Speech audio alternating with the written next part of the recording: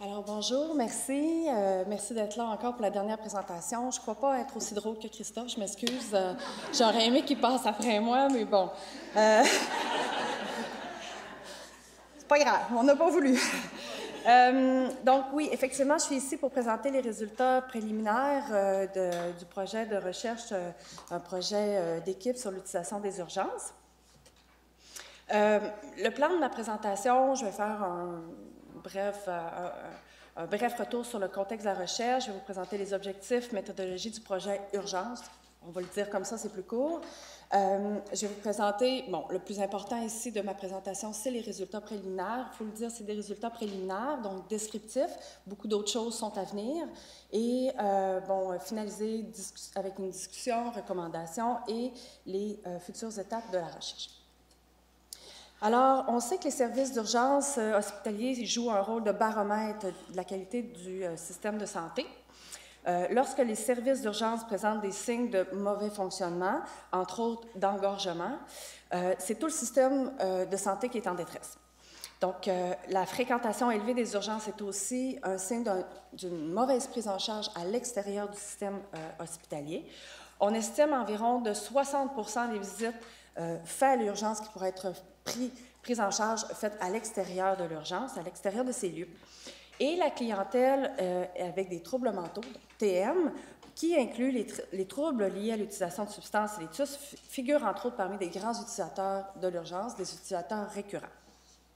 Étant donné qu'entre 60 à 85 selon la littérature de cette clientèle en particulier, affirment ne pas aller consulter leur médecin hors urgence pour leurs problèmes de santé. Donc, c'est vers les urgences qu'ils se tournent lorsqu'ils sont soit en crise ou un problème ponctuel. Donc, l'urgence, le milieu, est un lieu de repérage vraiment privilégié, de détection et d'orientation pour ces personnes en particulier. Et on dispose peu de données actuellement sur cette clientèle. Donc, c'est dans ce contexte très bref que cette étude se dessine. Cette étude propose de cerner l'utilisation des services d'urgence et ses déterminants pour les personnes qui ont des TM, incluant des TUS, et l'impact des transformations en santé sur les patterns d'utilisation des services. Le projet comporte 3 volets. Aujourd'hui, je vous présente les données du volet 1 qui utilise les données du SISMAC. Il y a 2 autres volets. Je ne parlerai pas du tout de ces volets-là. Si vous avez des questions, on pourra en discuter par la suite. Mais c'est des données qui vont se greffer à ce premier volet-là de cette grande cohorte-là, de ces données populationnelles-là, avec aussi des entrevues qualitatives du point de vue des usagers. Donc, c'est vraiment un grand projet. Le travail empirique donc, est réalisé à partir des données du SISMAC. Christophe en a parlé un tout petit peu tout à l'heure, ici incluant les données de la RAMQ, MEDECO, des données hospitalières. Donc, c'est une représentativité de 98 de la population au Québec. On dispose des indicateurs suivants pour l'ensemble des usagers TM-TUS selon le sexe, selon l'âge et selon les zones d'habitation qu'on a séparées, comme vous voyez ici. On a une période de référence de l'étude qui est 2015, donc les données actuelles que l'on... En fait, très récemment, on a su qu'on va disposer dans les prochains indicateurs que l'on va obtenir même l'année 2015-2016, mais pour ce que je vous présente aujourd'hui, donc l'année de référence 2014-2015, je vais toujours parler de 2015, et on compare avec l'année de 2000-2001, donc c'est des données sur 14 ans. Le critère d'inclusion de la population dans cette étude, c'est toute personne qui a eu un diagnostic de TM qui inclut les TUS au cours d'une année à la RAMQ ou comme raison principale au secondaire sur MEDECO, âgés de 12 ans et plus. Les diagnostics incluent ici de troubles mentaux ou d'utilisation de substances, donc vous les voyez, sont listés ici. Et on a donné des exemples ici là, qui rentrent dans la catégorie « autres troubles ». Il faut savoir qu'il y en a quand même substantiellement, c'est les plus prévalents. Alors, les résultats. Les résultats nous montrent que dans l'année 2015, il y a environ un petit peu plus que 12 de la population au Québec qui a présenté un TM ou un TUS. Donc, on a un échantillon de plus de 860 000 personnes ici au Québec. Sur l'utilisation des urgences, on voit que le groupe qui nous intéresse, là, usagers TM-TUS, ont fréquenté les urgences à 40 %. c'est-à-dire 40 des personnes TMTUS ont fréquenté les urgences contre 20 sans TMTUS. La deuxième colonne, on voit là, je présente les données en 2000 et comparées en 2015. Vous voyez qu'il y a une très légère diminution de tendance sur 14 ans. À droite, je vous présente la fréquence, donc la moyenne, la fréquence des visites aux urgences. Donc, c'est une moyenne de 2,26 visites aux urgences dans le groupe TMTUS contre 1,65. Donc, ce qu'on note ici, c'est que l'utilisation est 2 fois plus importante dans le groupe TMTUS que dans le groupe sans TMTUS pour l'utilisation. L'utilisation aussi, on voit qu'elle est beaucoup plus élevée dans les milieux ruraux que dans les milieux à Montréal, peu importe si les usagers ont des TMTUS ou n'en ont pas. Par contre, lorsque l'on observe, on compare les données, on voit que l'utilisation est toujours plus élevée quand même, peu importe la zone d'habitation dans le groupe TMTUS. C'est le groupe âgé de 65 ans et plus qui utilisent plus l'urgence. Ensuite, le groupe de 18 à 24 ans, ce qui n'est pas le même groupe d'âge pour le groupe usagé sans TMTUS, donc qui est de 45-64 ans. Donc, une différence du deuxième groupe le plus prévalent qui utilise les urgences. En ce qui concerne l'hospitalisation, il ne faut pas se tromper en haut, c'est le pourcentage ici. Le deuxième, c'est le nombre de jours d'hospitalisation. La première barre, c'est les usagers TMTUS. Donc, on voit que l'hospitalisation, encore là, est beaucoup plus importante dans le groupe TMTUS que 100. Donc, de plus de 30 d'hospitalisation contre 18 le nombre de jours est aussi plus élevé chez notre groupe usagé TMTUS.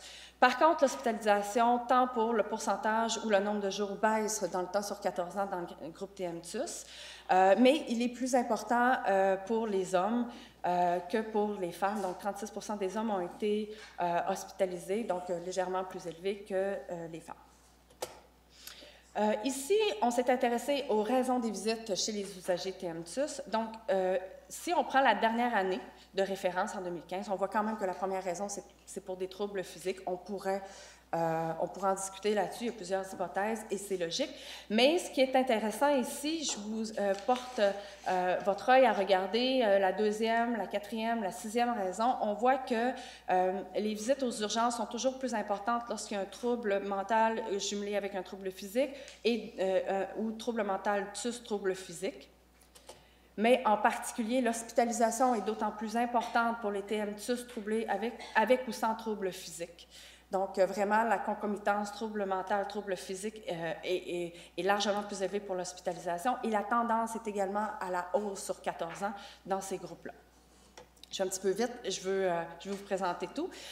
Concernant les fréquences des visites aux urgences selon le type de trouble et l'hospitalisation, maintenant, on voit que le trouble concomitant présente la fréquence d'utilisation la plus élevée, donc de 3,27. On se souvient que la fréquence moyenne du groupe TMTUS global était de 2,26, donc la fréquence est beaucoup plus élevée ici.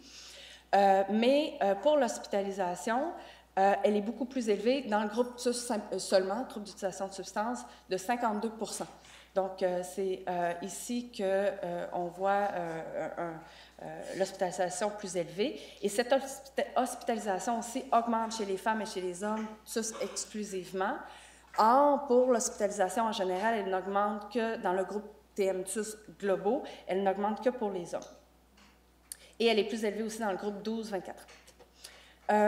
Les raisons des visites, donc, puisque l'hospitalisation est plus importante, puisque moi particulièrement je m'intéresse aux troubles d'utilisation de substances, j'ai regardé quelles sont les raisons particulières de ce groupe qui visite les urgences. Il faut dire en premier lieu que ce groupe représente près de 10 % de toutes les visites aux urgences en 2015, donc de 9,49, et environ 30 % des hospitalisations, peu importe la raison, c'est quasiment ex aequo 30% pour la raison. Donc, on voit que l'alcool et les troubles liés à l'alcool est la première raison des visites. Là, je vois qu'il y a une erreur, je l'avais corrigée, mais c'est 2015, ce n'est pas 20 152. Là, Je l'avais corrigé, puis je ne sais pas, probablement que je ne l'ai pas enregistré, je m'excuse. Sur 14 ans, les visites, par contre, diminuent pour l'alcool, mais augmentent pour les drogues ou avec ou sans alcool. Et pour l'alcool, précisément, puisque c'est la raison principale des visites dans le groupe TUS, on voit que chez les hommes et chez les femmes, c'est presque pareil, 50 des visites pour les femmes, 52 pour les hommes. Ça augmente chez les femmes pour les visites, mais les hospitalisations augmentent pour les deux sexes, hommes et femmes pour l'hospitalisation, là toujours pour le groupe alcool ici que je vous parle. Et finalement, plus ou moins surprenant qu'on pourrait dire, les visites associées aux troubles liés à l'alcool sont plus importantes pour les 45 ans et plus, ce qui est plutôt pour troubles liés aux drogues chez les plus jeunes. Et c'est également aussi l'alcool, la principale raison, peu importe la zone d'habitation. Mais il y a plus de visites à Montréal. Et ça, c'est un résultat contraire aux visites plus basses dans le groupe TM-TUS global. En tout cas, je ne veux pas vous perdre là-dessus, mais on compare les données entre groupes et ça ressort plus élevé à Montréal pour l'alcool comparativement au groupe global. Donc, finalement, avec ces résultats préliminaires, descriptifs, fort intéressants, ce qui ressort de tout ça, c'est que plus d'utilisation, plus d'hospitalisation, plus de durée d'hospitalisation pour le groupe usager TM-TUS, plus de visites dans les milieux ruraux comparativement à Montréal en général. Dans une précédente présentation, on a eu des discussions là-dessus.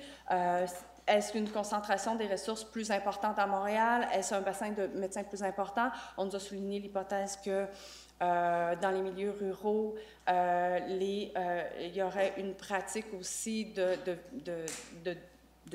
visiter les urgences comme de soins de première ligne, ce qui pourrait expliquer, entre autres, les visites plus élevées en milieux ruraux qu'à Montréal pour ces usagers. Les raisons d'hospitalisation, on voit que l'importance des troubles concomitants avec santé physique est fort important. Ça, c'est un effet qu'on a observé, peu importe l'âge. Je ne l'ai pas présenté ici. On pourrait se dire les plus âgés pourraient être plus prévalents dans ce groupe, mais on l'a regardé selon l'âge, a été contrôlé selon l'âge. Donc, une recommandation, importance de mieux dépister les interventions et d'implanter des interventions qui favorisent la prise en charge de ces groupes-là. Et on voit aussi que les troubles d'utilisation de substances exclusivement impliquent un grand nombre de visites, mais particulièrement d'hospitalisation, donc une meilleure prise en charge également pour ce groupe en particulier. Donc, je vous disais, cette étude comporte deux autres volets.